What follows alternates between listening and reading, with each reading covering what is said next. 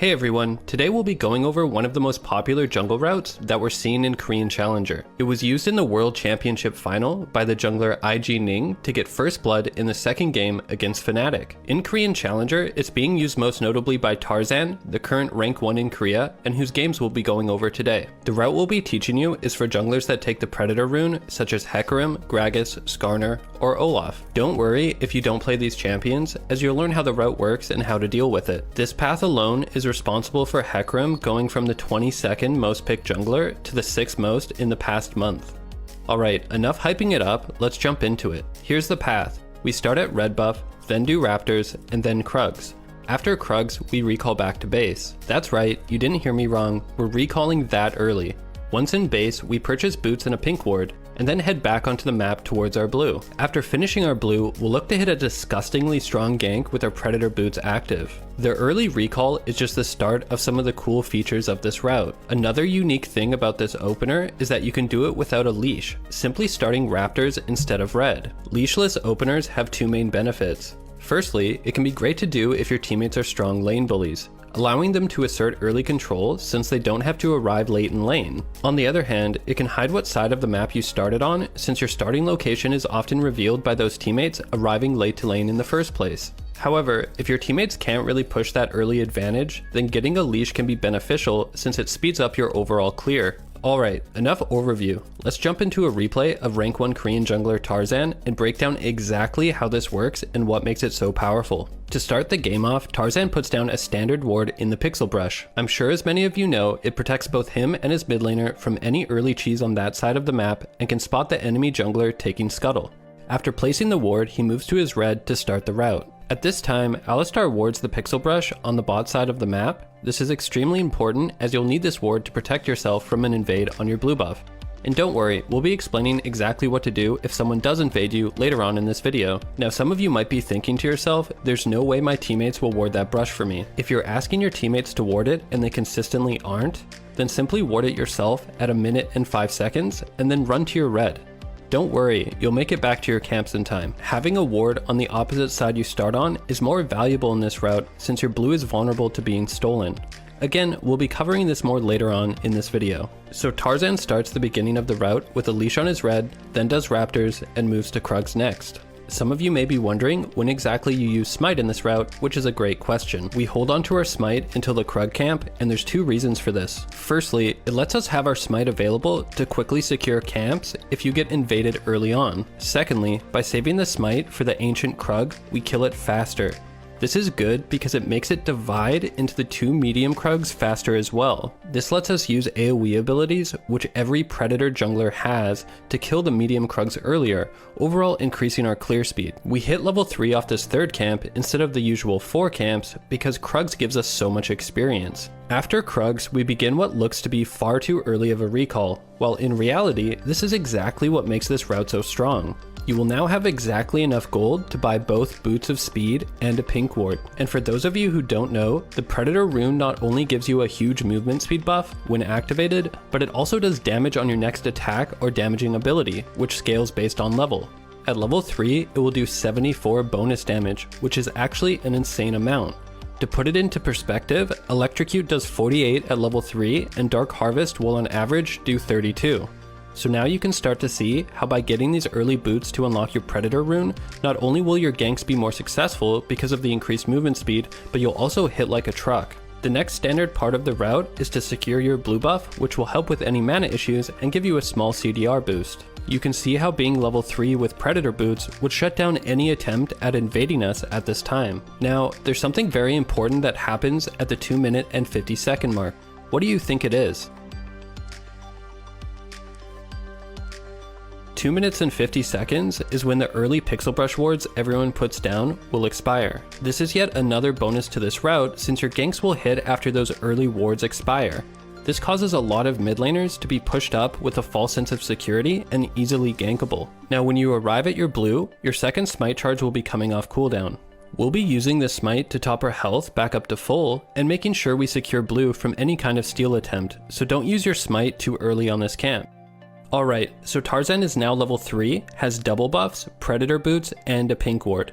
This is the timing window that the route creates, and he's now transitioning into the second half of the strategy, finding a lane to gank. This creates an obvious question: how does Tarzan know whether to gank mid, bot, or go back to farming his camps? Well, bot lane is pushed, and so there isn't really a gank available. However, some of you might be worried that they would be ganked by the enemy jungler since they lack vision. Here's the cool thing: with Hecarim E, Ghost, and Predator boots, he can actually react relatively fast to a gank bot, meaning that while he's killing Scuttle, he's actually both threatening a gank mid and a counter gank bot at the same time. This is a unique advantage Predator junglers have due to the movement speed buff. Now, if we take a look at mid lane, it's pushed towards his side of the map. He also has a Lissandra, which has both mobility and CC. On top of that, the enemy mid is Zoe, which is squishy and doesn't have an escape tool early on other than Flash. It's for these reasons he's able to find a lane to gank and complete the second half of the strategy. The first thing he does next is hit the Scryer's Bloom towards the mid lane. The direction he hits it in is actually quite precise, as it's revealing the pixel brush, the mid lane brush, and the tip of the brush behind the enemy red. This basically covers every single area that a mid laner can ward to protect himself from a jungle gank. He then begins to kill Scuttle, pushing it towards mid and away from bot. This is because he knows there's no wards around mid to spot him, and it's also towards the direction he wants to move. After finishing the Scuttle, Tarzan places a pink ward and moves into this brush. I think this really highlights an integral part of the strategy that people might miss. By recalling so early and being able to get a pink ward, we're able to use it to set up our ganks by guaranteeing that the enemy can't see us. Tarzan continues waiting, and some of you might be thinking this is a bit strange, considering Zoe is missing from mid lane. This is actually a real heads up play by the Zoe. Even though the minions are in lane, she's hiding in the fog of war, pretending like she recalled. She'll wait until the last possible moment that a minion gets low on health, and then move up to last hit. A clever attempt at dissuading Tarzan from ganking her, and definitely would have worked on a lesser jungler. Tarzan's patience pays off, and Zoe walks back into lane to last hit the minions. He goes early, as it takes 2 seconds for it to reach its maximum movement speed. He also activates his Predator boots. You should be aware that when you activate them, it puts an icon over any enemy's head that's nearby. For this reason, try not to activate them too early, as it can scare off the enemy you're trying to gank. He then puts on his dancing shoes and makes a nice sidestep on Zoe's E ability. Unleashing the full power of this opener, he bursts Zoe to half HP. That's insane considering she was near full health and used barrier.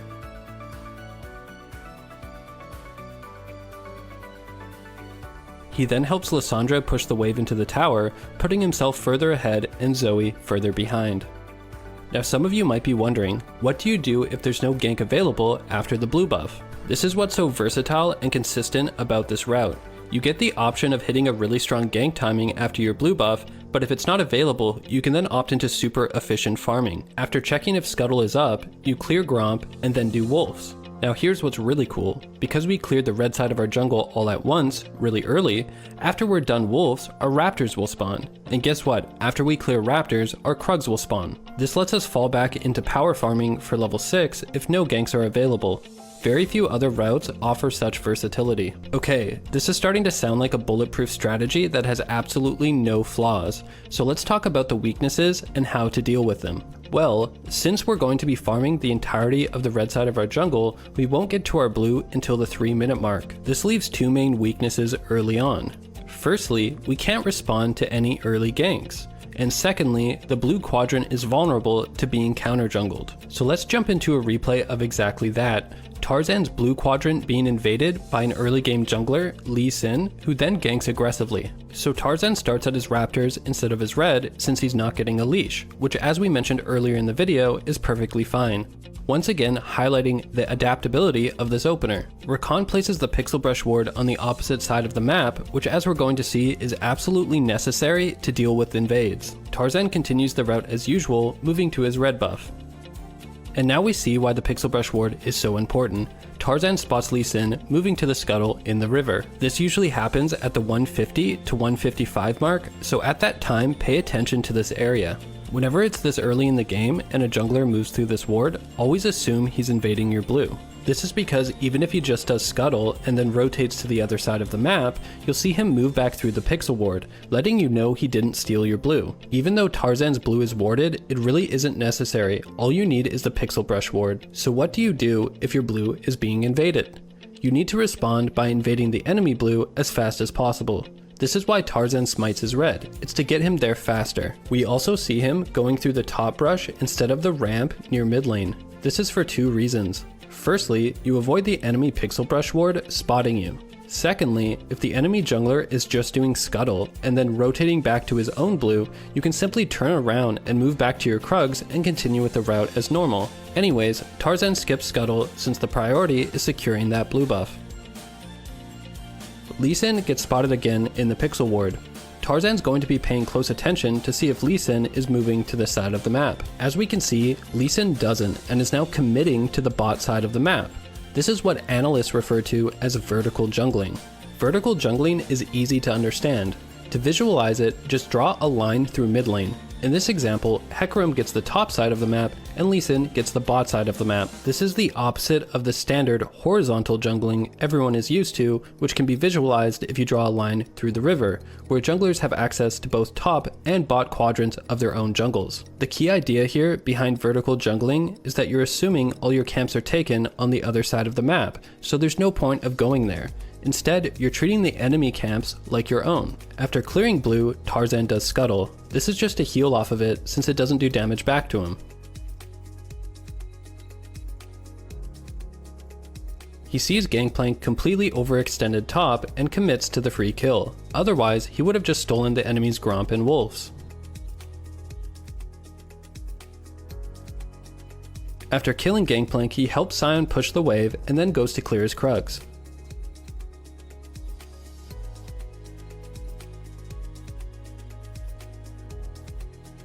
Then he sees Lee Sin gank bot. So what do you think he should do?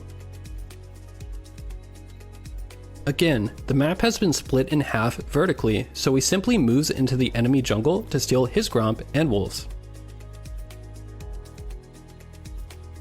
So to summarize, when your blue gets invaded, then you need to respond by invading their blue, splitting the map in half vertically. In this way, for every camp the enemy steals, you steal one back for yourself. At the same time, you're able to match aggressive early ganks by the enemy with ganks of your own on the side of the map you control. Alright, before we end the video, let's quickly talk about 3 things you can do to shut down this strategy. First, you can try to land an early gank before the 3-minute mark, as there's no way for the enemy jungler to respond to it. Second, try starting red and then invading their blue to steal it. However, go through the side lane tri-brush instead of through the ramp near mid.